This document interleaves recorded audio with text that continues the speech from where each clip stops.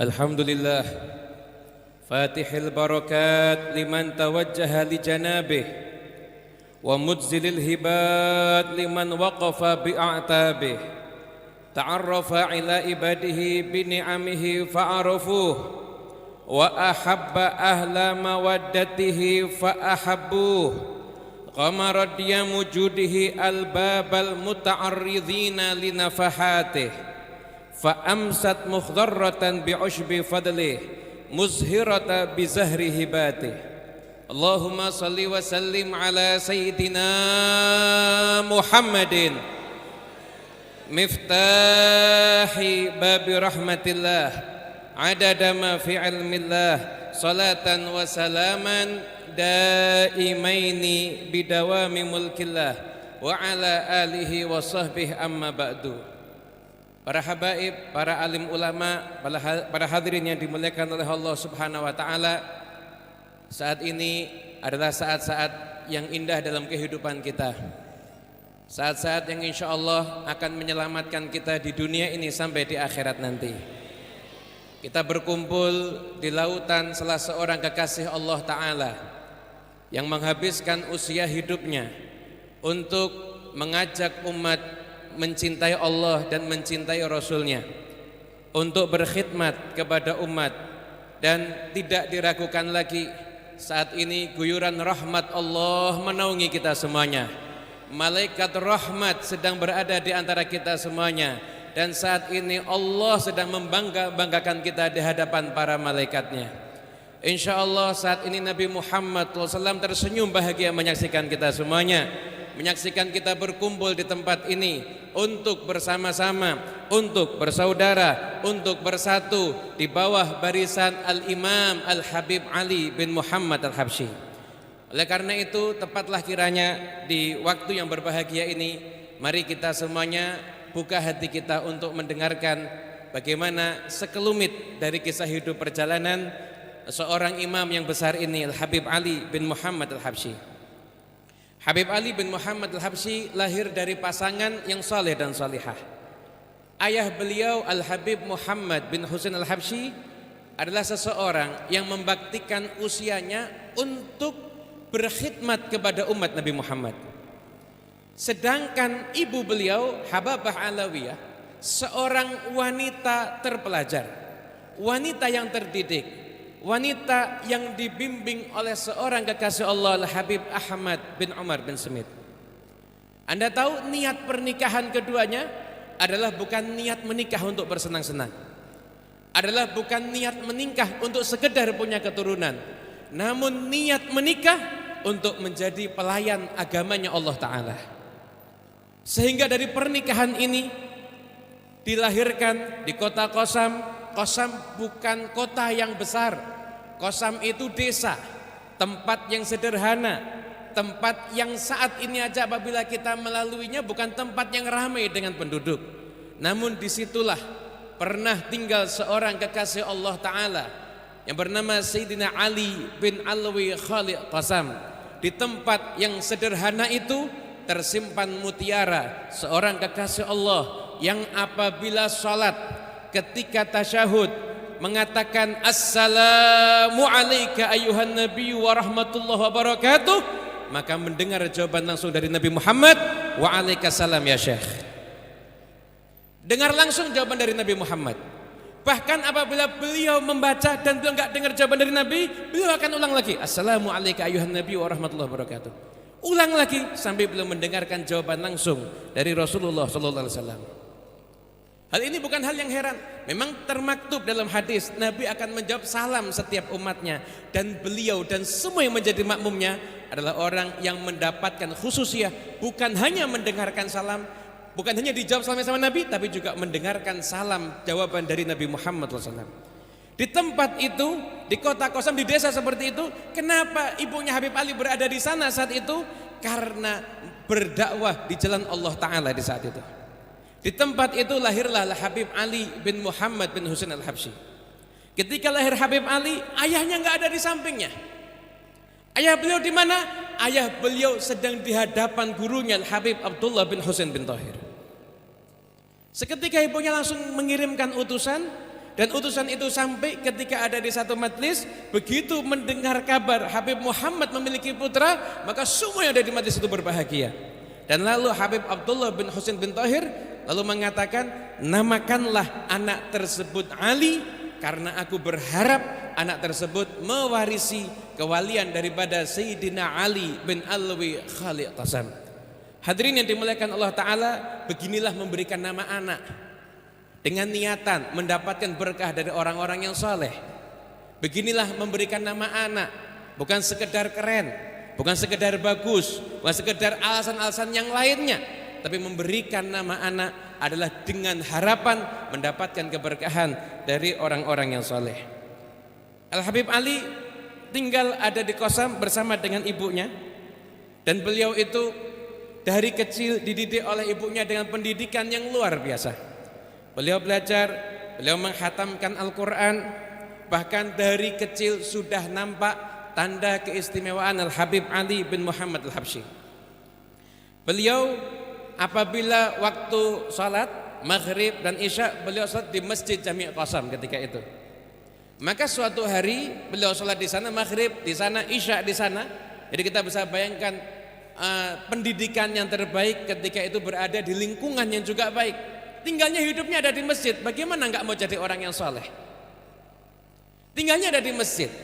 Habib Ali ini bagaimana enggak jadi orang soleh? Kalau lihat ibunya dilihat lagi ngajar, ibunya dilihat lagi ibadah, ibunya dilihat lagi zikir, ibunya dilihat lagi sholatul duha. Ketika tanya kabar ayahnya, ketemu ayahnya lagi dakwah, ayahnya lagi membimbing umat. Gimana enggak jadi orang yang soleh? Setiap hari lingkungannya yang dilihat orang-orang yang baik. Kita kepingin anak kita jadi anak yang soleh, tapi kita enggak menciptakan lingkungan yang baik untuk anak kita. Yang dilihat setiap hari apa yang ada di handphonenya, yang dilihat setiap hari apa yang ada di TV-nya, yang dilihat setiap hari teman-teman yang enggak jelas. Gimana anak kita mau jadi anak yang soleh? Yang dilihat aja nggak ada yang mencerminkan kesolehan. Maka perubahan harus dimulai dari diri kita untuk menciptakan generasi berikutnya yang soleh. Habib Ali ada di Masjid Jami' Qasam. Pulang ke rumah suatu malam, beliau baru teringat jubah beliau ketika itu digantungkan di tiang. Karena dulu tiang ada tempat untuk gantungan, semacam tiang ada di depan saya ini, ada tempat untuk menggantungkan baju begitu. Digantungkan itu jubah di sana. Habib Ali pulang, saat akan tidur baru teringat jubahnya ketinggalan. Diantar sama ibunya kembali ke masjid. Sampai di masjid jubah dicari nggak ada. Cari-cari jubah nggak ada.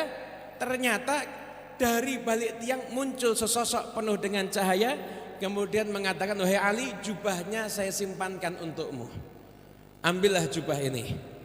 Maka seketika diambil sama Habib Ali, sambil perjalanan pulang tanya sama ibunya. Ibunya nanya, takut apa enggak? Karena kalau itu terjadi sama kita, jangankan anak kita, terjadi mungkin sama kita, kita mungkin lari itu.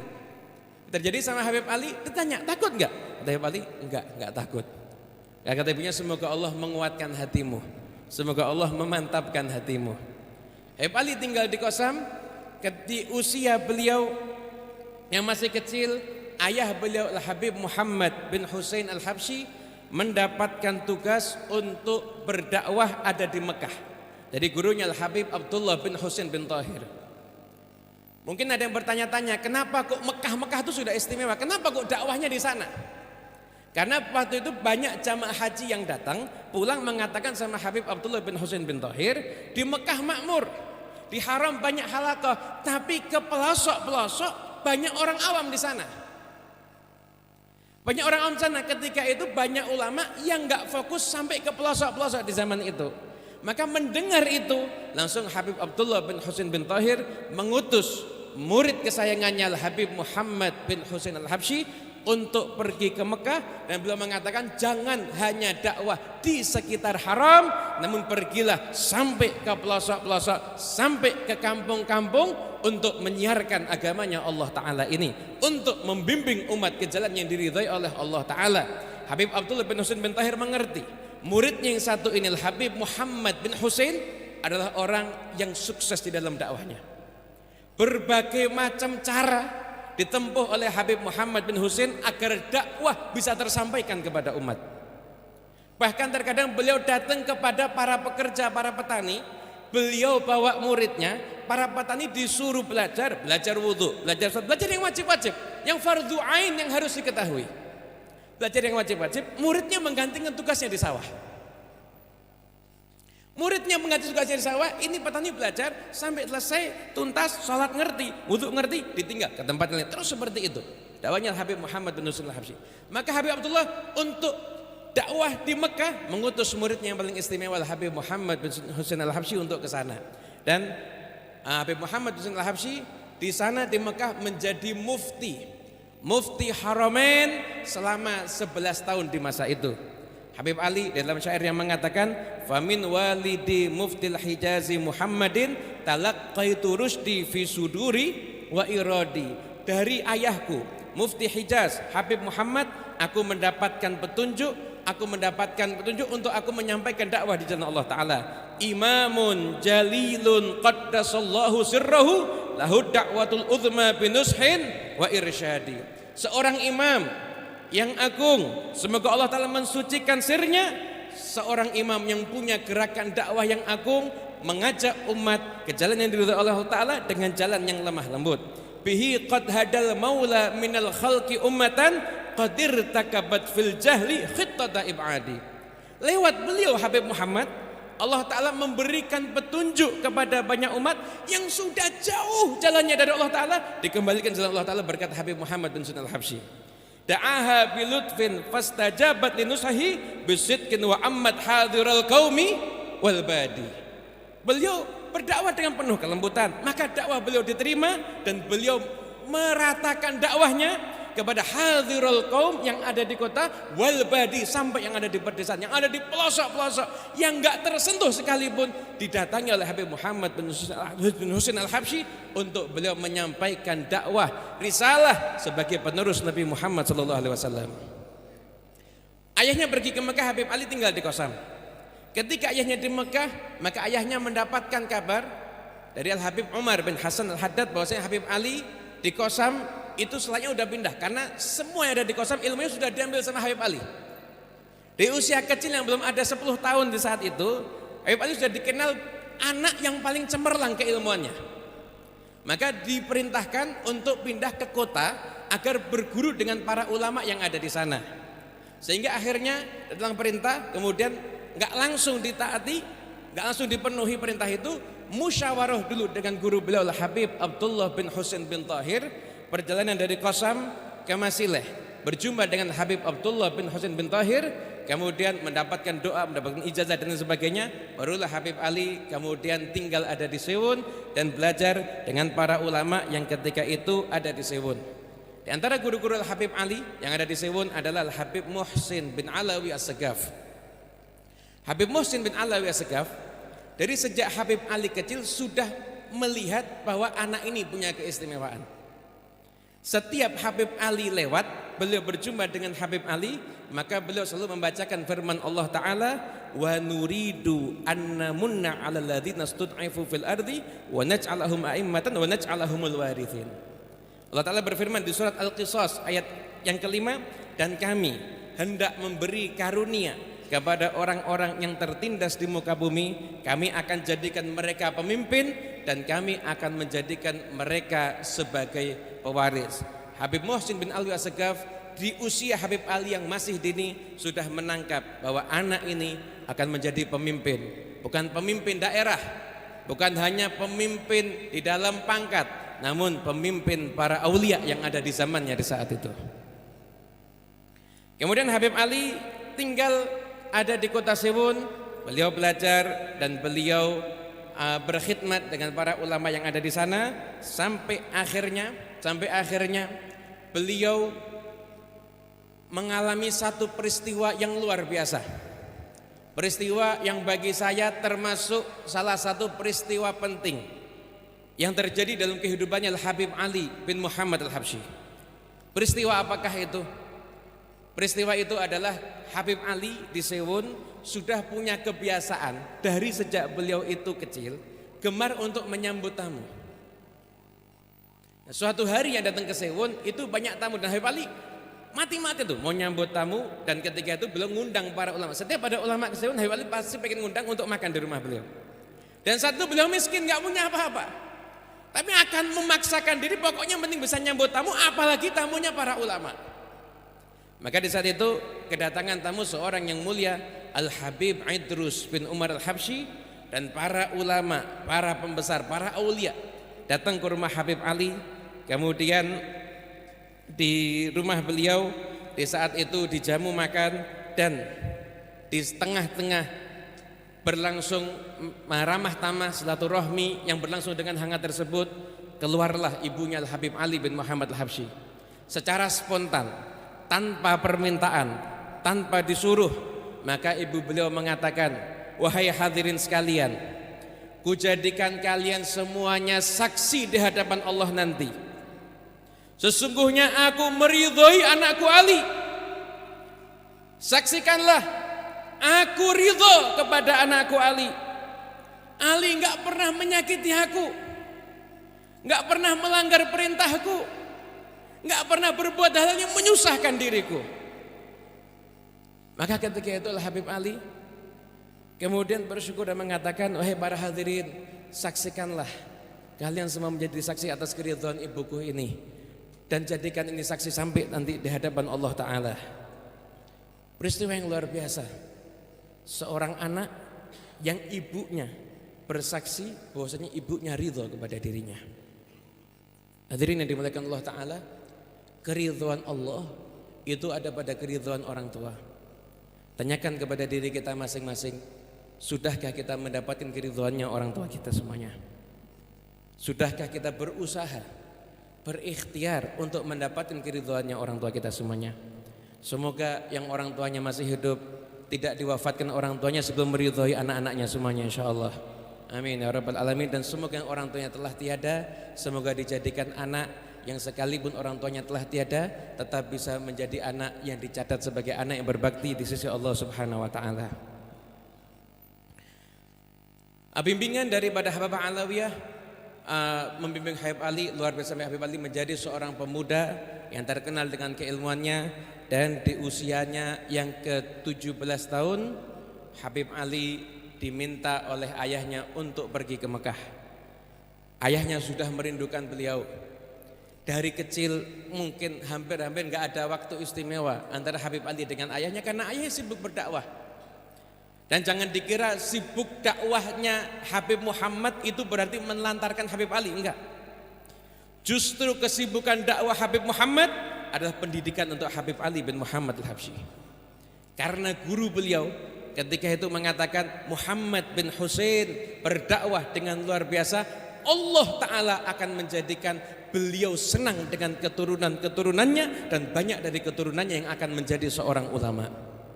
Dakwahnya di luar untuk mendidik anaknya di rumah. Itulah Habib Muhammad bin Husain Al-Habsyi. Habib Ali pergi ke Mekah. Sampai di Mekah Habib Ali dididik langsung oleh orang tuanya. Bahkan beliau mengatakan, saya menghatamkan langsung beberapa kitab di hadapan ayahku Muhammad. Bahkan sebagian kitab lagi saya dengarkan yang membacakan kakakku Husain. Kakak Husain yang membacakan kitab di depan ayahku. Dididik Habib Ali di Mekah kurang lebih selama 2 tahun. Dan ketika Habib Ali sampai ke Mekah, Habib Muhammad lalu mengatakan, engkau gak akan kembali ke Hadramut lagi selamanya, sama saya terus di sini. Bahkan kalau ibunya titip kirim surat, disobek sama ayahnya ketika itu. Min ajli tarbiyah. Bukan karena apa? Karena demi pendidikan anaknya, Habib Muhammad ingin anaknya benar-benar konsentrasi di dalam mencari ilmu. Dan yang istimewa, Habib Ali tinggal di Mekah. Di masa itu, Anda bisa lihat Mekah di masa itu, akhyarin, orang-orang baik semuanya. Habib Ali tidak diizinkan untuk ke Masjidil Haram kecuali harus dikawal oleh ayahnya. Kenapa? Karena di Mekah betul banyak orang baik. Namun Mekah itu pusat keilmuan dunia, pusat Islam dunia.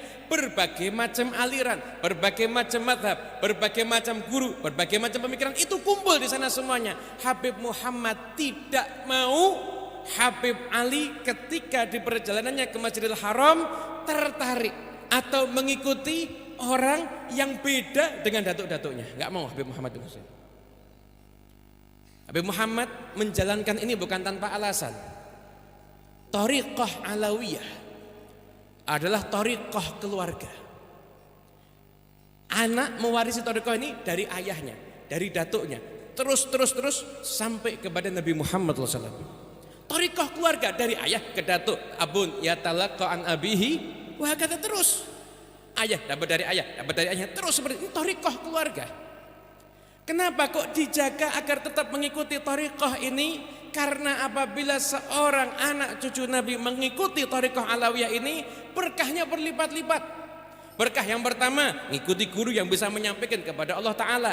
Dan berkah yang kedua adalah barokah birrul walidain, berbakti kepada orang tuanya dan kepada datuk-datuknya. Kita nggak pernah mengatakan thariqah lain jelek, nggak pernah. Kita nggak pernah mengatakan thariqah lain kurang baik, nggak pernah. Kepada orang fasik aja kita disuruh husnudzon, apalagi kepada thariqah lain, nggak pernah. Tapi kita menjaga agar tetap berada di thariqah ini karena kita ingin berbakti kepada datuk-datuk kita sampai ke Nabi Muhammad SAW. Ibarat kurang lebih seperti ada seorang anak disiapkan oleh orang tuanya hidangan di rumahnya untuk makan siang, tapi anak itu malah makan siang di tempat yang lain. Maka perbuatan ini pasti membuat orang tuanya kecewa. Lah, anak yang baik kalau sudah disiapkan oleh orang tuanya, pasti dia akan makan di tempat orang tuanya tersebut. Begitulah thariqah alawiyah disiapkan oleh datuk-datuk kita sampai ke Nabi Muhammad SAW untuk diikuti oleh anak cucunya, agar anak cucunya menjadi orang yang sambung dan wusul sampai kepada Allah Subhanahu wa Ta'ala.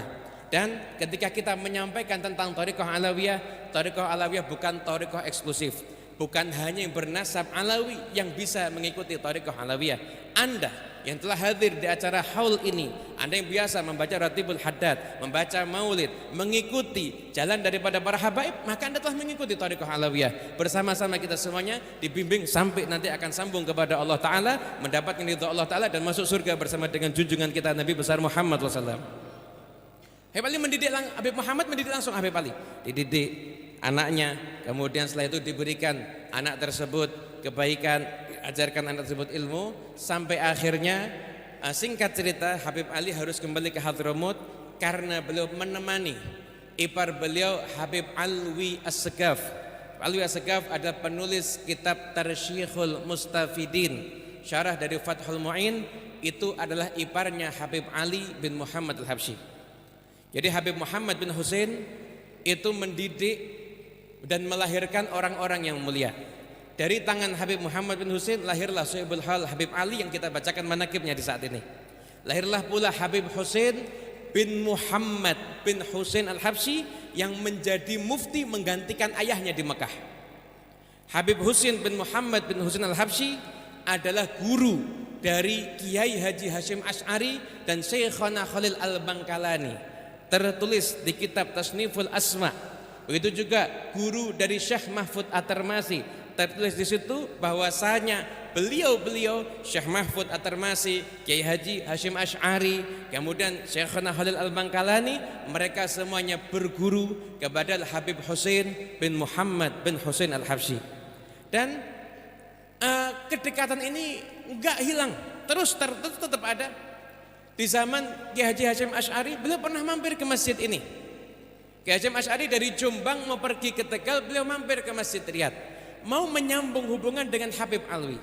Sampai ada di hadapan Habib Alwi, beliau mengatakan, "Wahai Habib, saya adalah murid dari paman antum."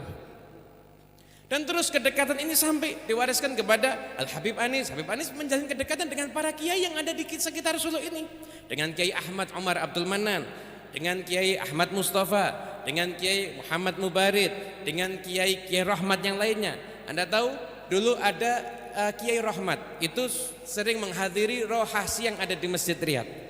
Habib Anis ketika tahu Kiai Rahmat itu sudah giginya udah nggak bisa untuk mengunyah kacang lagi, Habib Anis beliau beli penumbuk kacang, setiap sebelum roha beliau numbuk kacang agar Kiai Rahmat itu bisa makan kacang dengan enak.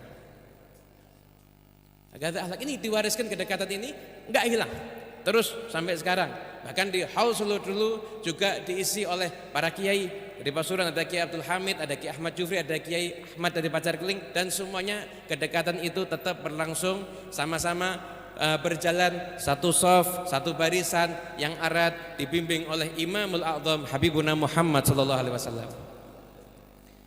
Kemudian Habib Ali pulang ke Hadramut, dan sampainya ada di Hadramut beliau memulai dakwah. Usia 19 tahun, beliau di Mekah hanya 2 tahun, usia 19 tahun beliau memulai dakwah. Beliau berdakwah ada di Masjid Hambal. Awal Habib Ali berdakwah ada di Masjid Hambal, beliau pernah menceritakan, apabila saya menyampaikan ilmu, saya mengajar, kurang lebih 300 orang yang hadir ketika itu. Dan kata Habib Ali, di sekitar Masjid Hambal itu isinya orang-orang soleh. Di sana ada Abdullah bin Zain Basalamah, seorang pengusaha yang kata Habib Ali, setiap saya masuk ke masjid untuk qiyamul lail tahajud, beliau sudah ada di tiang masjid berdiri membacakan Quran ketika sholat.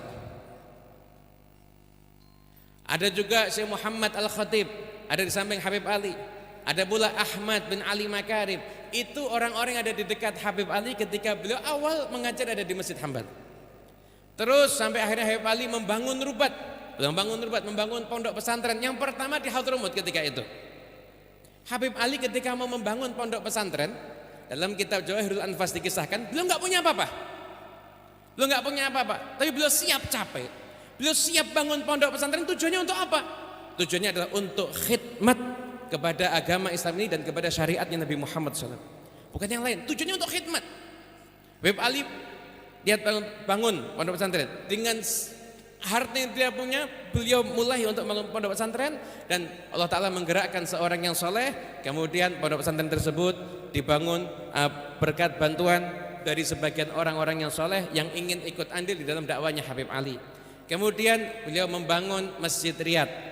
Terus seperti itu dakwah Habib Ali, dan tidak bisa dilupakan Habib Ali Al-Habsyi. Di antara rahasia kesuksesan beliau, selain ibunya, selain ayahnya, beliau mendapatkan seorang guru yang istimewa, yaitu Habib Abu Bakar bin Abdullah bin Thalib Al-Attas. Pertemuan Habib Ali dengan gurunya itu bisa dihitung jari. Namun pertemuan itu menyisakan kesan yang luar biasa dalam hidupnya Habib Ali. Bahkan dalam syair-syairnya Habib Ali, beliau sering kali memuji gurunya tersebut. Pertemuan yang bisa dihitung dengan jari tapi meninggalkan kesan sampai beliau wafat. Habib Abu Bakar bin Abdullah bin Thalib Al-Attas, beliau mengatakan, yang tadi telah disampaikan di dalam manaqib yang bahasa Arab, bahwasanya beliau mengatakan pada Habib Ali, wahai Ali, engkau telah aku sodorkan kepada Nabi Muhammad sebanyak 20 kali. Disebut-sebut Habib Ali di hadapan Rasulullah sebanyak 20 kali oleh gurunya Habib Abu Bakar bin Abdullah bin Thalib Al-Attas. Pertemuan singkat namun meninggalkan kesan yang luar biasa. Habib Ali sangat mencintai gurunya. Bahkan terus beliau mahabbahnya kepada guru yang mahabbah yang shadiqah. Sampai-sampai dikatakan Asy-Syaikh ka Abi Bakar Al-Attas wal murid ka Ali Habsyi wa illa fala. Guru seperti Habib Abu Bakar Al-Attas, murid seperti Ali Habsyi. Kalau begitu, enggak seperti itu, berarti bukan. Karena kedekatan yang luar biasa antara Habib Abu Bakar Al-Attas dengan Habib Ali bin Muhammad Al-Habsyi. Kan Habib Ali beliau pernah mendatangi gurunya, kemudian beliau mengeluh, wahai Habib. Habib Ali mengeluh. Apa yang dikeluhkan sama Habib Ali? Habib Ali mengeluh, Habib, saya tidak bisa beramal seperti orang-orang soleh terdahulu. Habib Ali ngeluh, saya amalnya kurang. Saya nggak bisa beramal kayak orang soleh terdahulu. Anda tahu amalnya Habib Ali? Ramadan tiap malam tarawih 10 juz. Itu masih ngeluh amalnya kurang. Tiap malam 10 juz, 3 hari sekali khatam Quran ketika tarawih. Habib, amal saya kurang. Kemudian kata Habib Abu Bakar Al-Attas, tenanglah ya Ali, engkau nggak usah khawatir. Insya Allah saya sudah punya amal, dan amal saya juga mencukupi untuk kamu insya Allah. Yang amalnya 1 malam 10 juz itu masih merasa kurang. Masih merasa kurang itu Habib Ali. Kemudian Habib Ali mengatakan semua orang. Beliau ketika menasihatkan kepada putrinya Hababah Khadijah, beliau mengatakan, wahai Khadijah, wahai putriku, engkau enggak berjumpa dengan Habib Abu Bakar, tapi engkau mencintainya. Dan ini berlaku juga untuk kita semuanya. Insyaallah kita semua pecinta Habib Abu Bakar Al-Attas. Kita enggak berjumpa dengan Habib Abu Bakar, tapi kita mencintai Habib Abu Bakar Al-Attas. Apa kata Habib Ali? Dan semua Abu Bakar Al-Atas mengatakan, semua yang mencintai aku, yang menjadi sahabatku, aku akan penuhi semua urusan dunianya bahkan sampai akhiratnya. Semua yang mencintai Habib Abu Bakar Al-Atas, begitulah yang disampaikan oleh Habib Ali bin Muhammad Al-Habsyi. Terus berlangsung dakwah. Habib Ali menjalankan dakwah dengan penuh kesantunan. Beliau mengajarkan husnudzon. Apabila Anda baca kalam-kalamnya Habib Ali, husnudzon, husnudzon, husnudzon, hidupkan tauhid, terus seperti itu. Habib Ali berdakwah dengan memberikan suri tauladan. Beliau bukan hanya pandai memberikan mau'izatul hasanah, namun beliau juga menjadi uswatun hasanah. Bahkan pernah dikisahkan, suatu ketika terjadi di kota Bur itu beda kota dengan Sewot. Terjadi satu perselisihan, jadi ada satu kasus pembunuhan. Dan ketika itu sudah hampir perang. Ayah dari yang terbunuh akan menuntut kisos. Dan pelaku pembunuhan itu harus dihukum mati, namun akan dibela oleh sahabat-sahabatnya. Habib Ali masuk ke kota mendengarkan itu. Habib Ali langsung mendatangi kota Bur ketika itu. Sampai di sana Habib Ali menyaksikan setiap rumah sudah siap dengan senjatanya masing-masing ketika itu. Maka Habib Ali pertama kali mendatangi pelaku pembunuhan tersebut. Begitu Habib Ali mendatangi pelaku pembunuhan itu, langsung bersimpuh dia di hadapan Habib Ali, mengakui saya salah dan saya adalah pelaku pembunuhan itu. Ikrar, saya pelakunya. Saya melakukan dan saya salah dan saya mau diapakan terserah. Namun kalau terjadi sesuatu, saya sampai dihukum mati, pasti kerabat saya yang akan marah. Habib Ali mendatangi ayah dari yang terbunuh. Dan ketika itu ayah dari pihak yang terbunuh sudah dirayu selama 2 hari. Masih nggak bergeming, pokoknya tuntut balas hukum mati, nggak ada pilihan lain. Bahkan saya sampai mengatakan sampai kiamat tetap saya akan menuntut balas. Ketika Habib Ali datang, Habib Ali rayu, Habib Ali mengatakan maafkan. Orang memaafkan itu mulia, orang memaafkan itu adalah orang yang hebat. Anakmu udah tiada. Kalau kamu membunuh balas, anakmu juga nggak akan hidup. Anakmu sudah tiada. Ketahuilah pelaku pembunuhan ini adalah keturunan orang yang mulia. Siapa tahu engkau akan ditolong sama kakeknya. Dirayu sama Habib Ali. Dan Habib Ali membawakan firman Allah Ta'ala, wa man ahyaha faka'annama ahyan nasa jami'a. Barang siapa yang memaafkan dari kisos, membiarkan hidup, maka seakan-akan dia membiarkan hidup semua manusia. Mendengarkan itu, maka ayah dari pihak yang terbunuh kemudian terdiam saat Habib Ali mengumpulkan semua pihak dari keluarga pembunuh dan semua pihak yang akan berperang dari keluarga yang terbunuh. Sampai di tempat itu mulailah terdengar suara-suara yang akan mengatakan balas dendam, kita tuntut, kita habisi, kita bunuh dan lain sebagainya. Di tengah suara-suara yang seperti itu, maka ayah dari anak yang terbunuh kemudian berdiri dan mengatakan, ya ma'syarul hadirin, wahai semua yang hadir, ini samahtuh, saya sudah memaafkan dia dan saya memaafkan semua kesalahannya lillahi walir rasuli sallallahu alaihi wasallam wali ali habsyi. Saya maafkan kesalahan pelaku pembunuh ini karena Allah, karena Rasulullah dan karena Ali Habsyi. Fabaka wa abkal hadirin, maka menangis semuanya dan menangis saya hadir di tempat itu dan tidak terjadi pertumpahan darah, enggak jadi perang saudara karena islah, karena usaha daripada Habib Ali bin Muhammad Al-Habsyi. Akhlak yang mulia yang Habib Ali ajarkan. Bahkan beliau setiap akan tidur, beliau Habib Ali selalu berdoa. Siapa yang didoakan sama Habib Ali? Bukan orang yang menyumbang pembangunan beliau, bukan sekedar itu. Sama didoakan sama Habib Ali, Allahumma samih kullaman asa'a ilayya. Ya Allah, maafkanlah semua orang yang berbuat salah kepadaku. Habib Ali memaafkan, Habib Ali meminta Allah memaafkan semua orang. Orang yang bagaimana? Semua orang yang berbuat kesalahan kepada Habib Ali bin Muhammad Al-Habsyi. Berlalu kehidupan Habib Ali, beliau menjalani kehidupannya dengan penuh keistimewaan dengan penuh suri tauladan yang gak mungkin akan kita bacakan semuanya di tempat yang penuh dengan keberkahan ini. Namun yang sedikit tadi semoga bisa menjadi sebab wasilah kita bisa mengenal Al-Habib Ali bin Muhammad Habsyi. Saat ini disebutkan Habib Ali, Habib Ali, Habib Ali. Maka kita sekarang mengetahui kenapa beliau disebut-sebut sedemikian rupa.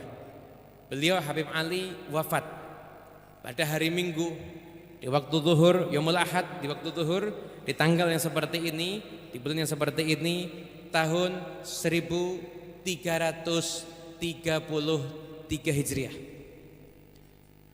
Ketika itu merupakan kabar duka untuk seluruh kaum muslimin yang ada di saat itu. Berbondong-bondong orang menghadiri jenazah Habib Ali. Bahkan ketika itu jenazah Habib Ali yang mengantarkan beliau sampai ke tempat peristirahatannya gak bisa kelihatan mana yang paling depan dan mana yang paling belakang. Terdengarlah suara tangisan, terdengarlah suara rintihan karena belum rela berpisah dengan Al-Habib Ali bin Muhammad Al-Habsyi. Masyarakat merasa kehilangan, bahkan sebagian di antara mereka setelah wafatnya Habib Ali mereka mengatakan kami sekarang hidup di dunia. Tanya orang, kau sebelumnya kamu di mana? Kami sekarang hidup di dunia. Sebelumnya kamu di mana? Selama Habib Ali Habsyi hidup, kami enggak serasa hidup di dunia, kami serasa hidup di surga. Kenapa hidup di surga? Karena mereka hidup di tengah-tengah masyarakat yang enggak ada permusuhan. Wa naza'na ma fi sudurihim min ghillin ikhwanan ala sururim mutaqabilin. Mereka hidup bermasyarakat enggak ada benci, enggak ada permusuhan, enggak ada saling dendam, ketemu dalam keadaan berbahagia. Ibaratnya seperti itu. Kami hidup di dunia ini baru tahu hidup di dunia setelah wafatnya Habib Ali Habsyi. Sebelumnya kami hidup serasa di surga. Dan alhamdulillah majlis ini karena mengenang Habib Ali Habsyi kita serasa di surga insyaallah. Dan semoga berkah majlis ini Allah Ta'ala akan jadikan kita semua sampai kepada surganya Allah Ta'ala bersama dengan junjungan kita Nabi besar Muhammad SAW. Ya Rabb ya Allah, berkat kekasihmu tercinta Habibuna Muhammad SAW dan berkat para awliyamu khususnya Al-Habib Ali bin Muhammad Al-Habsyi, ampunilah dosa-dosa kami semuanya, tutupilah aib-aib kami semuanya, bersihkanlah hati kami, lindungi kami dan keluarga kami dari segala macam musibah, selamatkan kami dari akidah-akidah yang sesat, kembalikan kami ke jalannya orang-orang tua kami ya Rabb, kembalikanlah kami ke jalannya salaf ya Allah. Siapapun yang sedang sakit di antara kami maka sembuhkanlah ya Allah. Ya Rabb ya Allah, panjangkanlah umur guru-guru kami semuanya, panjangkanlah umur para ulama kami semuanya.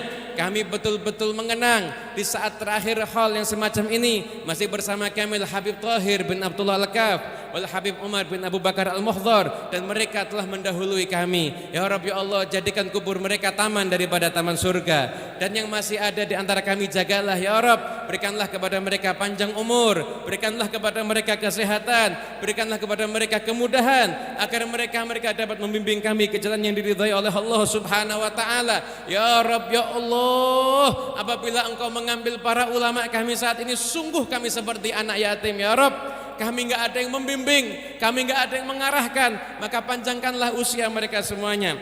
Ya Rabb ya Allah, ya Rabb ya Allah, pertemukan kami kembali semuanya di tempat ini di tahun-tahun yang akan datang dalam keadaan yang lebih baik. Ya Rabb ya Allah, banyak saudara-saudara kami di saat ini, di hari ini tidak bisa menghadiri acara ini karena memang keterbatasan yang sedang terjadi. Ya Rabb ya Allah, berikanlah kepada mereka keberkahan yang sama dengan kami. Ya Rabb ya Allah, kumpulkan kami dengan mereka bersama-sama di tahun yang akan datang dalam keadaan yang lebih baik. Ya Rabb ya Allah, lindungi bumi Indonesia ini, angkat segala wabah penyakit, berikanlah kepada seluruh warganya keberkahan, berikanlah kepada seluruh masyarakatnya kemudahan. Ya Rabb ya Allah, ya Rabb ya Allah, kabulkanlah semua permohonan kami ini, pandanglah hati kami semuanya ya Rabb, pandanglah hati kami semuanya ya Rabb, jadikan kami semuanya orang yang Engkau pantaskan untuk bisa dicintai oleh para aulia Allah wassalihin. Ya Rabb ya Allah, ya Rabb ya Allah, jika Engkau tidak mengampuni kami, kepada siapa kami akan memohon pengampunan ya Rabb? Dengan apa kami akan menghadap-Mu ya Rabb? Ya Rabb, ya Allah, kami berkumpul di tempat ini